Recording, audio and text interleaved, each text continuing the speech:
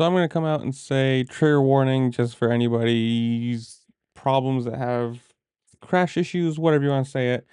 So watch at your own risk. But I'm reading this straight from the GoFundMe page, the Tyler Mickelson medical expense GoFundMe page. It says, quote, one of our own had issues at Hangtown 2024 this weekend. My good friend Tyler Mickelson, crew chief of the BarX Suzuki team, was walking on the backside of the Big Mo jump at Hangtown as a rider completely jumped off the track and directly into Tyler. The result is both his legs being broken, but thankfully nothing more serious than it is. Could have been worse.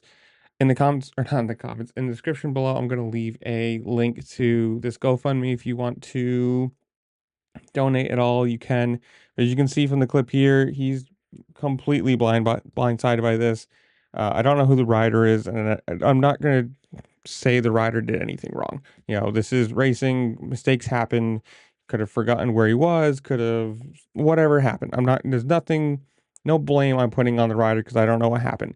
But you got to say for Tyler, for that guy right there, it's got to suck. I mean, that is out of the blue, completely blindsided, and you get smashed by a motorcycle.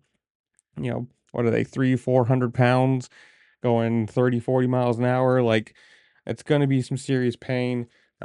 Obviously, it's going to be a lot of medical expenses. So if you can go in the comment, or God, not the comments, go in the description, click the link, go to the GoFundMe and give if you can, because obviously something like this is going to take him out of work. You know, he's not going to be walking for a long time or for a while, at least depending on how bad they are. But go down and give if you can.